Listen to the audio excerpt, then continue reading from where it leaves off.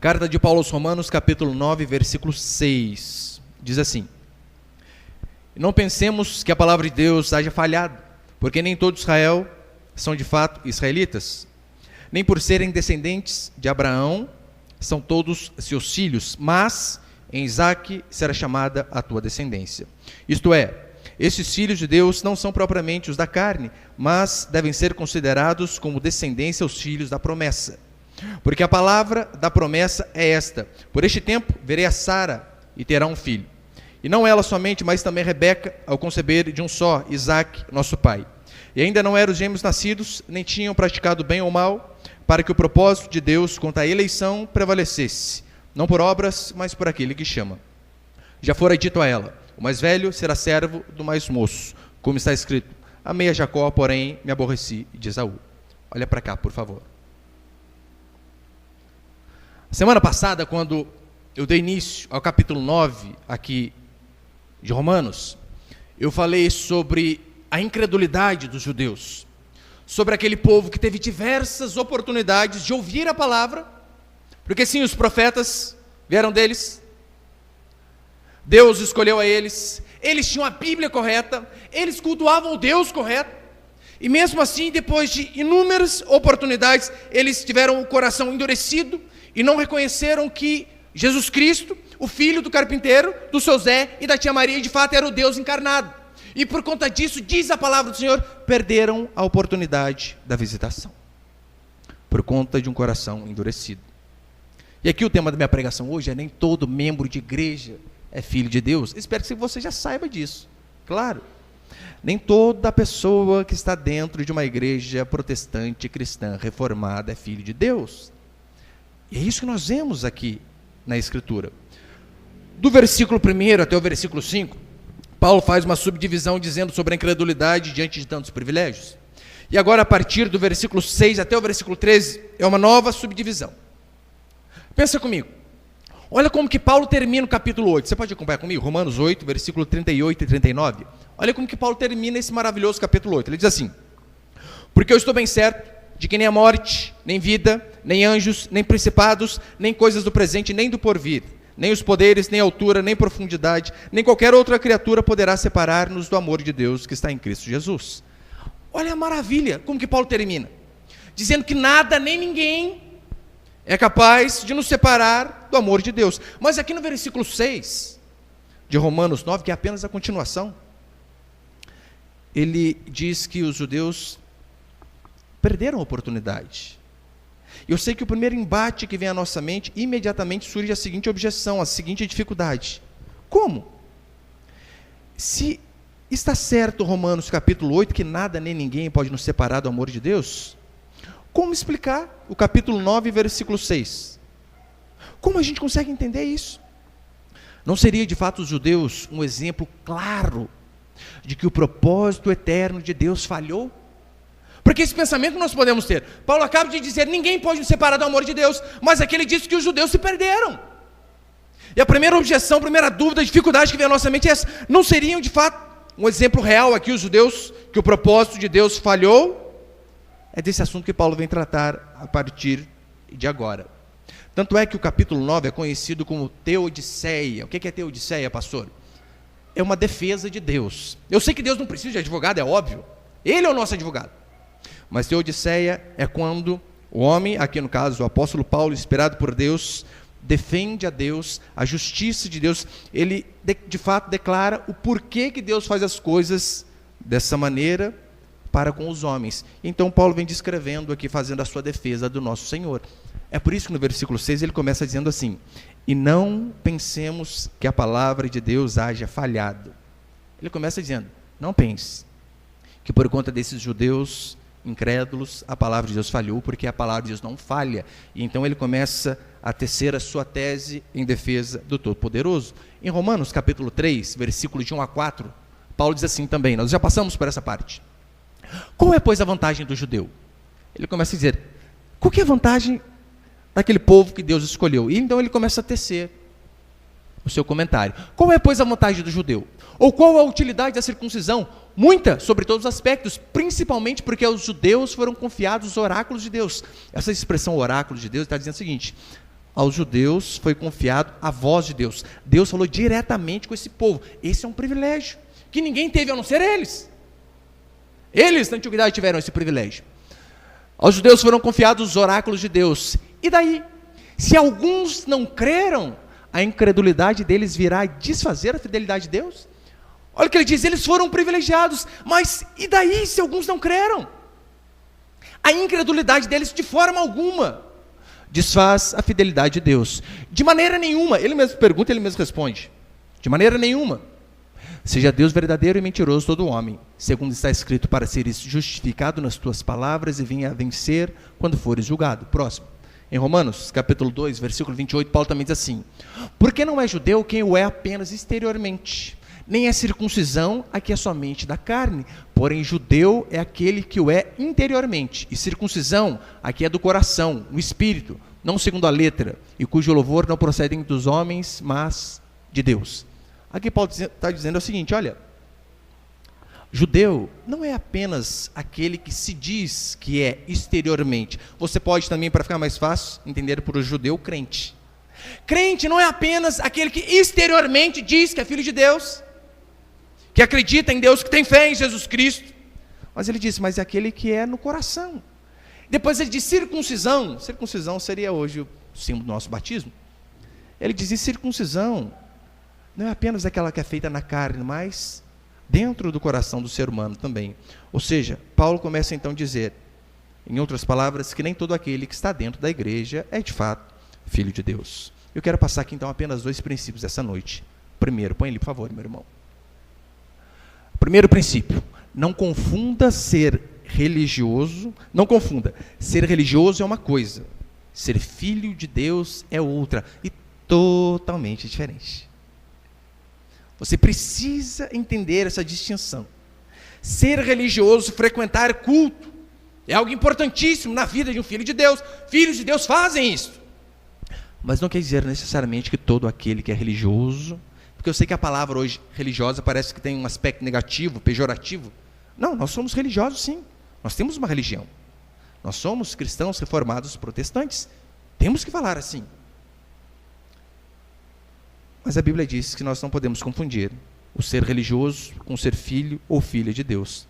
Se você lembrar bem, nos evangelhos, nos quatro evangelhos, você vê que Jesus Cristo gasta em muito tempo, com os judeus, fariseus, aquele povo que era religioso, mas de carteirinha mesmo.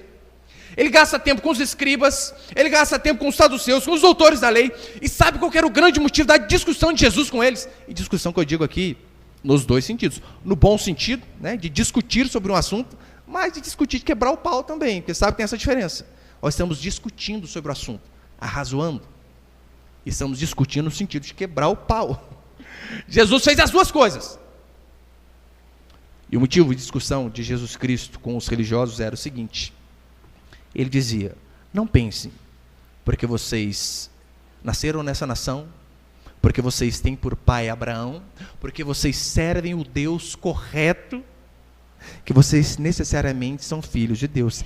Esse era o motivo da ira dos judeus contra Jesus Cristo, porque ele dizia, não, vocês são hipócritas, vocês por fora são bonitinhos, mas por dentro vocês são podres, ao ponto de Jesus Cristo comparar aqueles religiosos, sabe com o quê? Sepulcro caiado. Sabe o caixão que você dá aquela caiação por fora para dar um tapinha, para ficar bonito?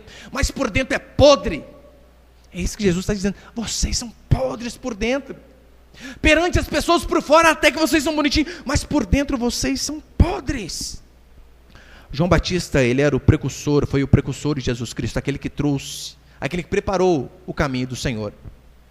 Você lembra qual era a grande mensagem de João Batista? Era a mesma. Ele dizia assim para aqueles religiosos, produzi, pois, frutos dignos de arrependimento, e não comeceis a dizer entre vós mesmos, nós temos por pai Abraão, porque eu vos afirmo que até das pedras Deus pode suscitar filhos de Abraão. Esse era o argumento dos religiosos. Eles diziam, não, Abraão é o nosso pai. Eles lembravam do pacto da aliança e se vangloriavam disso.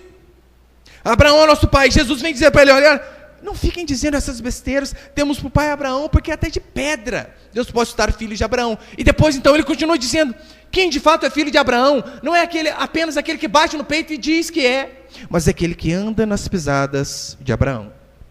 Os religiosos, eles filiavam os dentes com João Batista, com Jesus Cristo, com Paulo e com os apóstolos, justamente porque esses homens pregavam o arrependimento de pecado para eles. Justamente para eles. E qual que era o grande argumento deles? Eles rebatiam da seguinte forma: por que você nos chama ao arrependimento? Essa mensagem não deve ser para nós. Nós já cremos em Deus. Nós temos um Deus. Somos filhos de Abraão. Você precisa pregar essa mensagem de arrependimento de pecado para os gentios. Não é assim que muitas vezes dentro da igreja imaginam? Eu não preciso ouvir mensagem de arrependimento. Eu já sou filho. Eu já sou filha. Essa mensagem, pastor, eu só tenho que pregar para os ímpios perdidos lá fora. Para as prostitutas, para os drogados. Eles que precisam ouvir.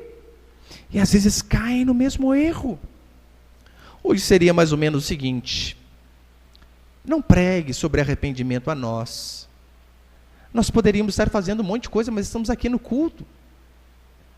E o pastor quer vir com esse papinho de arrependam-se dos seus pecados. Não, nós não somos idólatras. Não é assim que se espera de um cristão? Ele não é idólatra. Ele não é politeísta, ele não acredita em vários deuses, mas acredita em apenas um Deus. Amém, meus irmãos? Há só um Deus? Amém? Está vendo? Nós acreditamos, de fato, corretamente. Somos monoteístas. Você acredita que, de fato, esse livro é a palavra de Deus? Amém? Estão quase igualzinhos os fariseus, hein? No caminho certo. Nós acreditamos que isso aqui é a palavra de Deus. Nós acreditamos que imagens de gesso, de madeira, não são deuses. Nós acreditamos que pessoas que morreram não fazem mediação entre nós e Deus. Essa era a crença daqueles religiosos. Quem mais se parece com eles somos nós.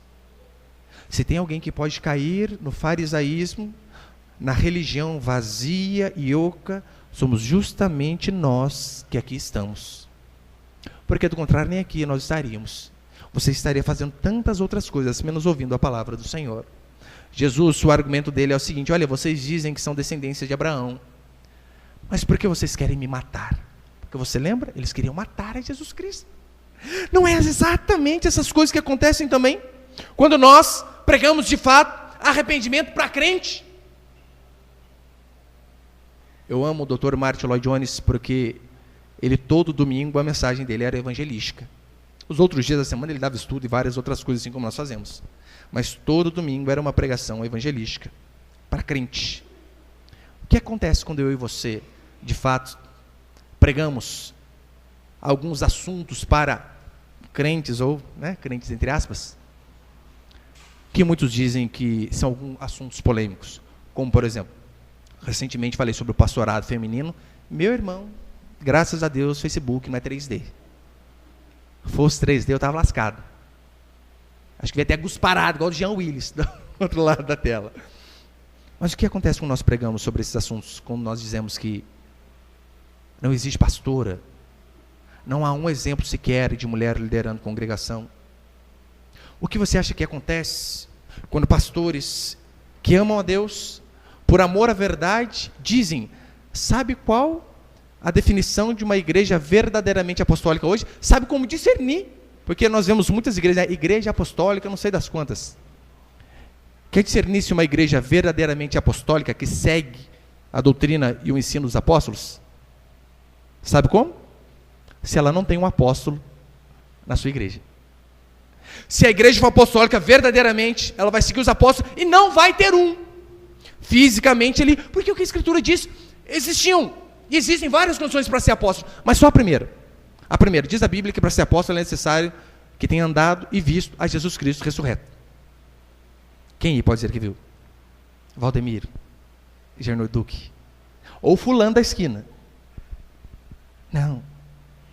Quando nós falamos essas coisas, quando nós falamos que língua estranha dos crentes não tem nada a ver com a língua estranha de Atos 2, que Atos 2, o texto é bem claro, você precisa apenas saber um pouquinho de português para você interpretar de forma correta, não precisa ser teólogo. Aquelas línguas estranhas eram idiomas, de forma que as pessoas ouviam e entendiam.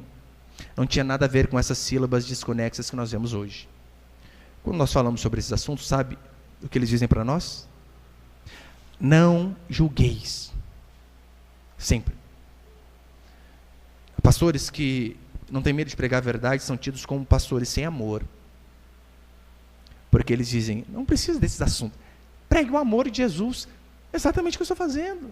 Exatamente o que devemos fazer. Essa é a verdade. Quando se prega de fato o evangelho, até aqueles que se dizem crentes ficam bravos. E era o que acontecia com Jesus Cristo, com os apóstolos. Esse era o argumento de Jesus. Olha, vocês dizem que são descendentes de Abraão, não dizem? Vocês dizem que são crentes, não dizem? E por que vocês não fazem as mesmas coisas que Abraão fazia? Abraão anelava por me ver, vocês querem me matar. O que Jesus estava dizendo era apenas um outro modo da mesma coisa, dizendo assim, nem todo de Israel é de fato israelita. Nem todo aquele que está dentro de uma igreja verdadeira é de fato crente.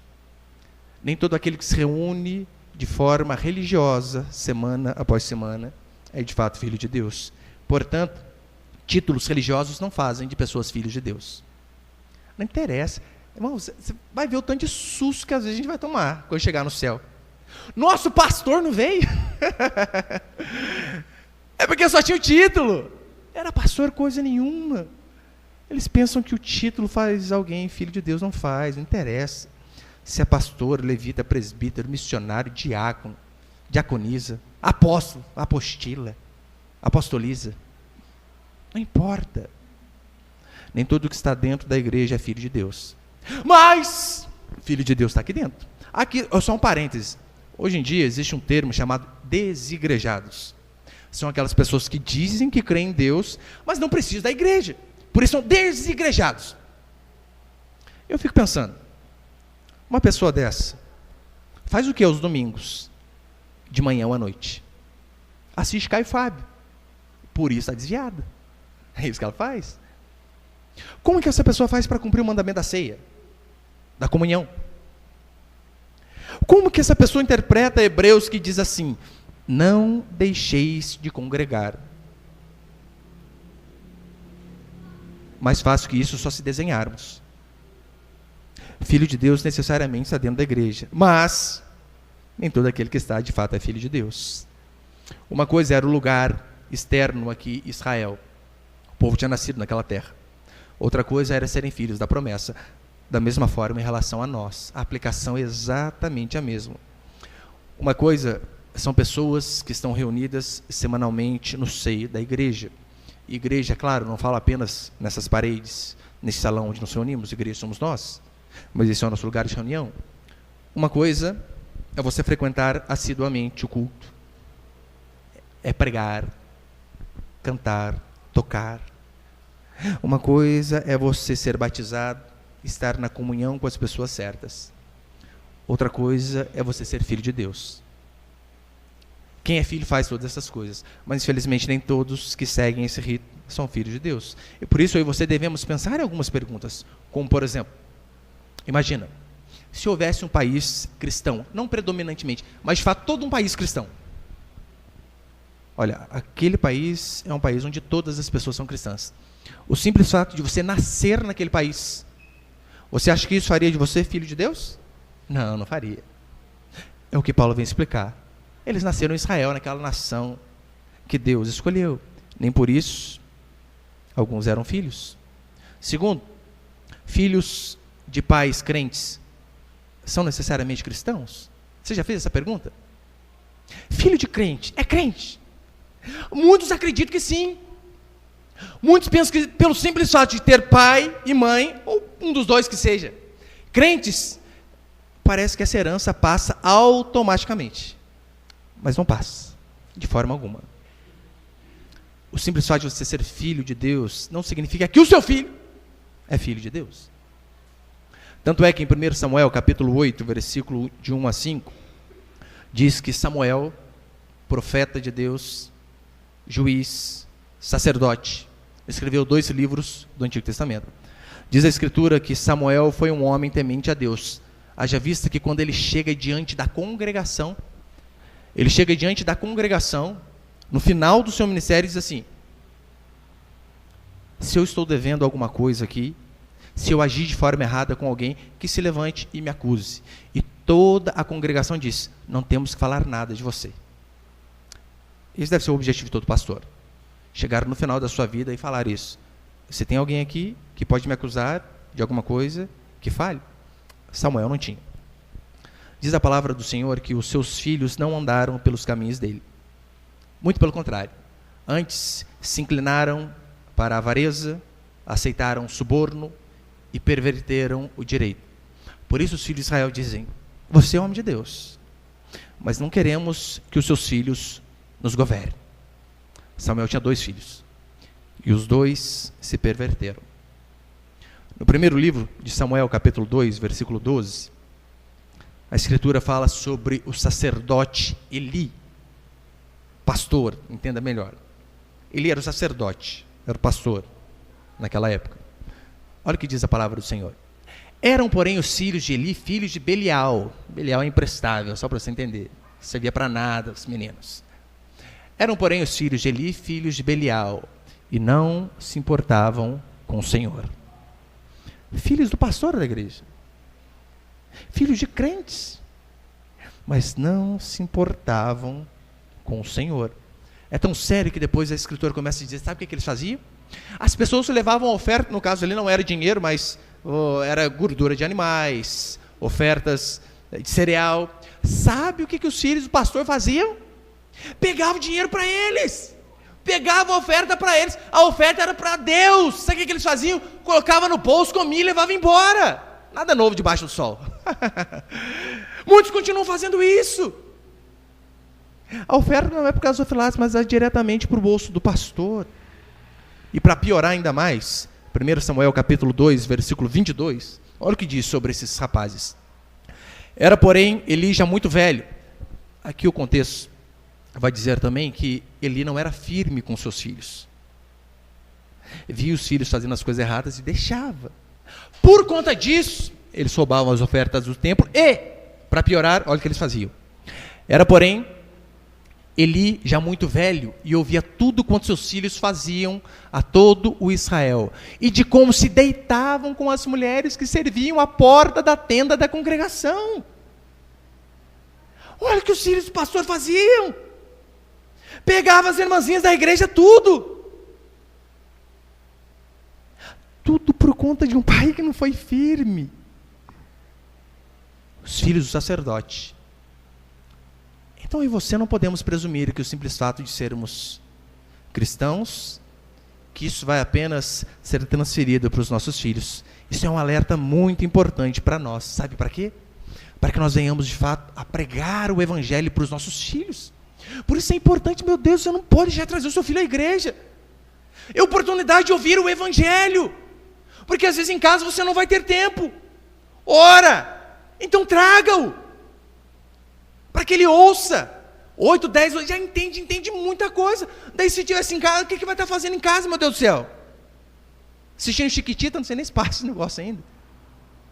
A Bíblia diz que nós devemos inculcar a palavra de Deus na cabeça dos nossos filhos.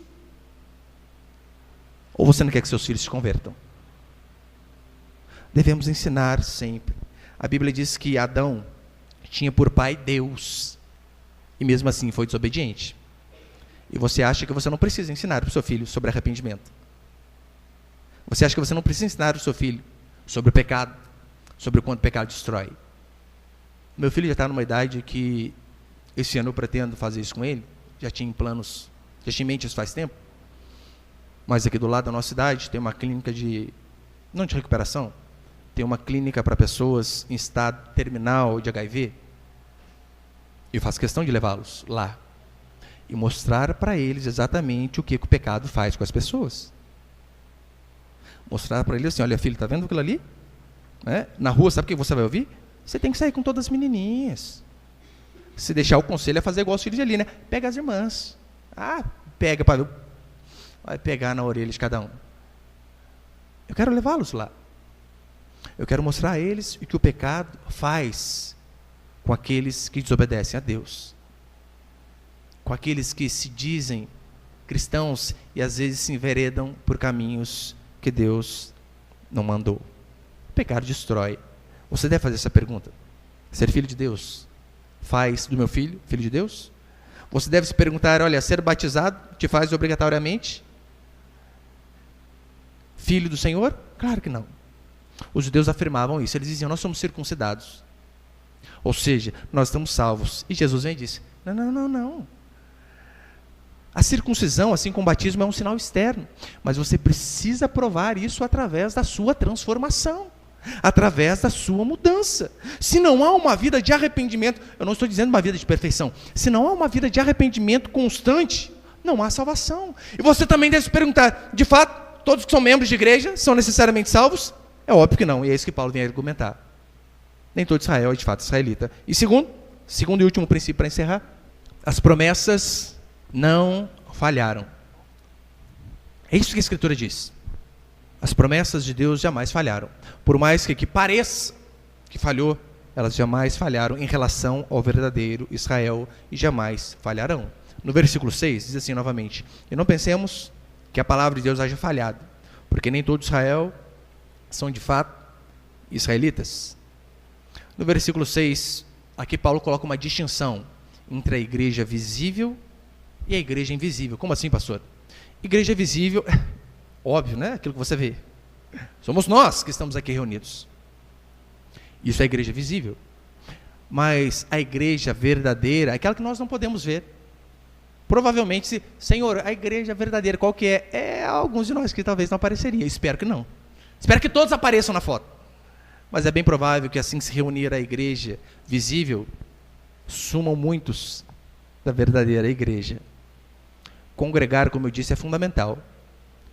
Mas Jesus disse assim, nem todo que diz Senhor, Senhor, entrará no reino dos céus.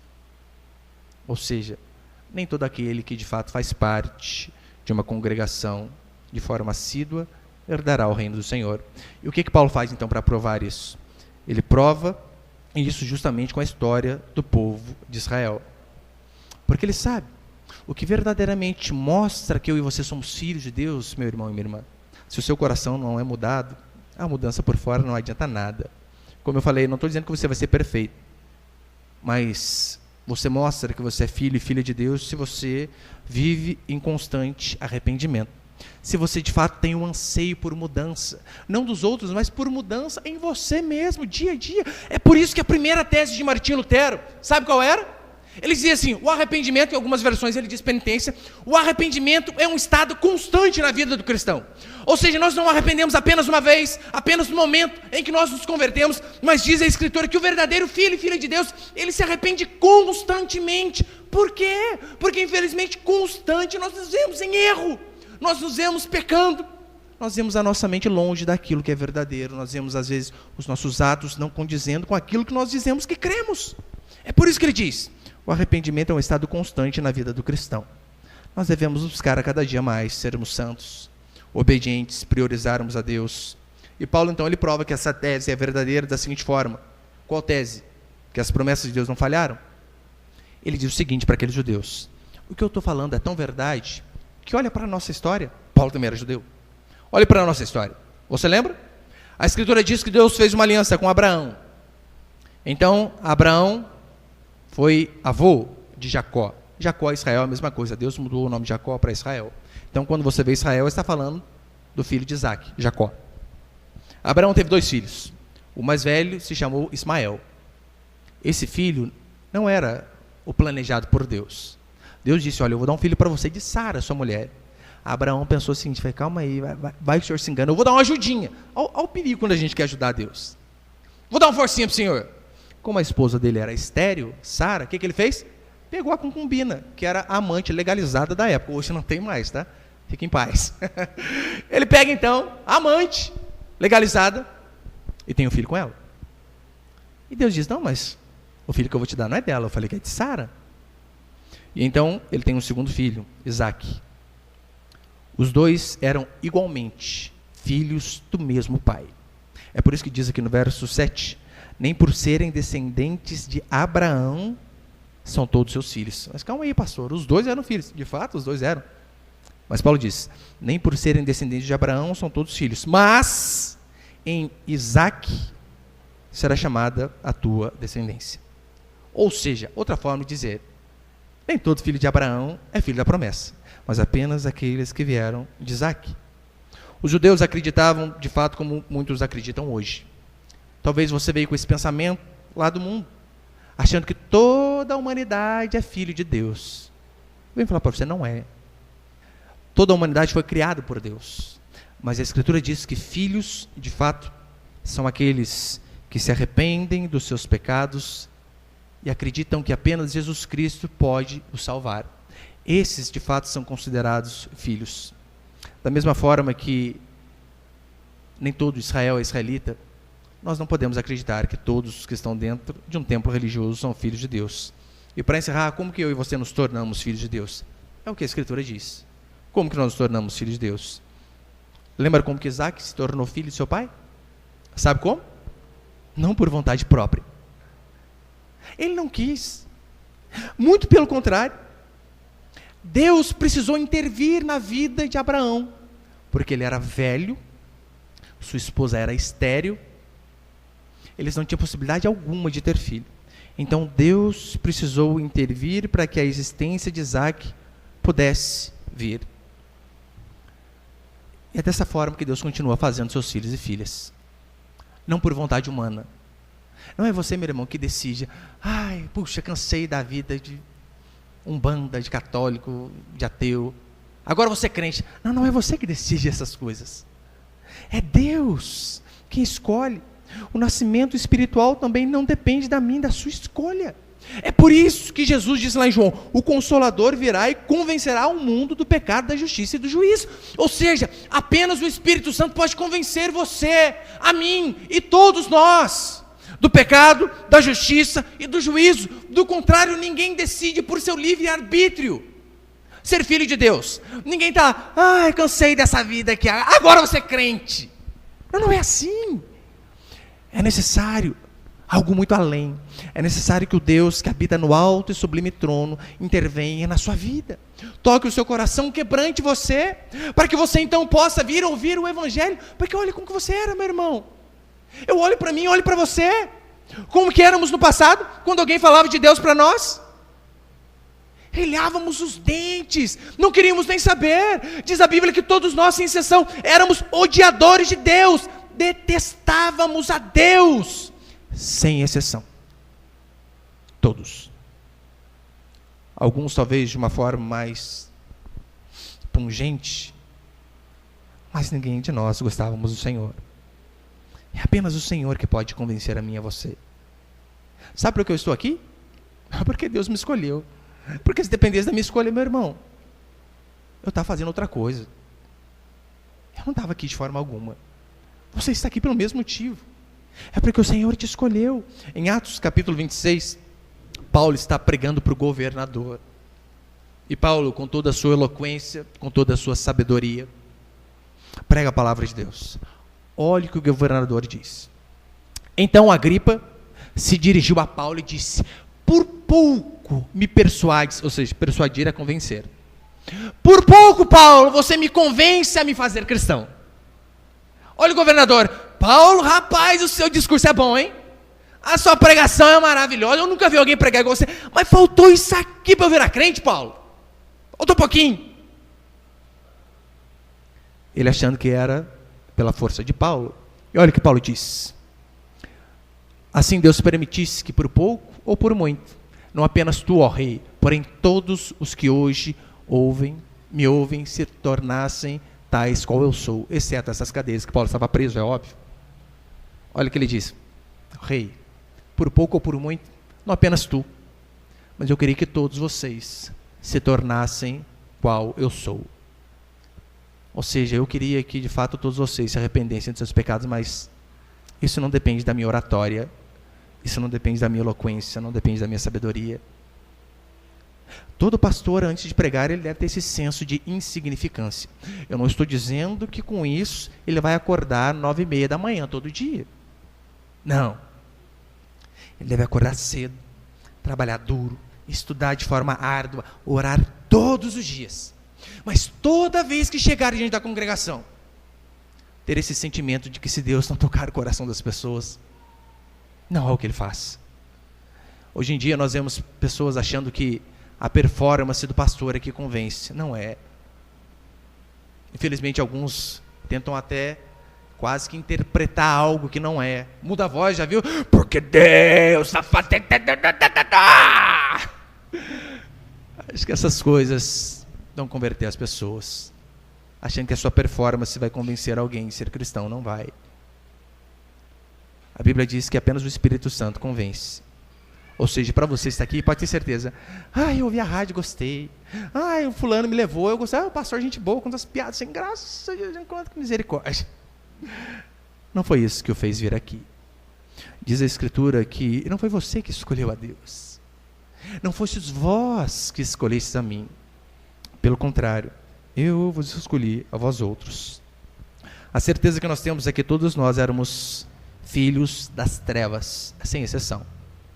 Mas aprove a Deus um dia, por sua infinita graça e misericórdia, tocar o nosso coração, para que nós pudéssemos nos arrepender da vida que estávamos levando e pudéssemos nos dedicar totalmente ao Senhor. Se é Deus que faz, então nós temos que bendizer apenas Ele. É por isso que não tem como um cristão verdadeiro ser orgulhoso, arrogante, dizendo: eu escolhi esse caminho. Meu irmão, você escolheu nada. Você não faz bem nenhum para Deus, você só atrapalha. Nós somos assim. Você percebeu que Deus estava bem no mundo até colocar o bendito raio do Adão? Colocou o Adão, começou a ter problema, meu pai. Colocou a mulher, daí que escambou de vez o negócio. Brincadeira, irmãs. Deus estava bem. Eu falei para os irmãos, já uma vez eu estava lá, lavando meu carro, e falei para o meu filho do meio: filho, ajuda o pai. Eu dei escovinha para ele lavar roupa, ele lava o pneu, aqui ó, preto, borracha, aqui ó. Não é que eu vou ver o menino tá esfregando no meio do capuz, assim, ó, rec. Estava até branco o negócio, saiu tudo, a tinta, o verniz, quase na lata. Eu falei: Deus, estava bem lavando sozinho. Na hora eu lembrei de Deus, eu falei: rapaz, eu sou assim, cara. Eu fico pensando, às vezes o orgulho tenta vir à nossa mente, dizendo assim: olha, se não fosse você naquela igreja, hein? Sabe o que eu penso? Se não fosse eu, nossa, mas estava bem maior. Os irmãos estavam bem melhor, pode ter certeza. Porque é o Senhor que convence, é o Senhor que toca os corações, é o Senhor que transforma, e é o Senhor que escolhe a mim e a você.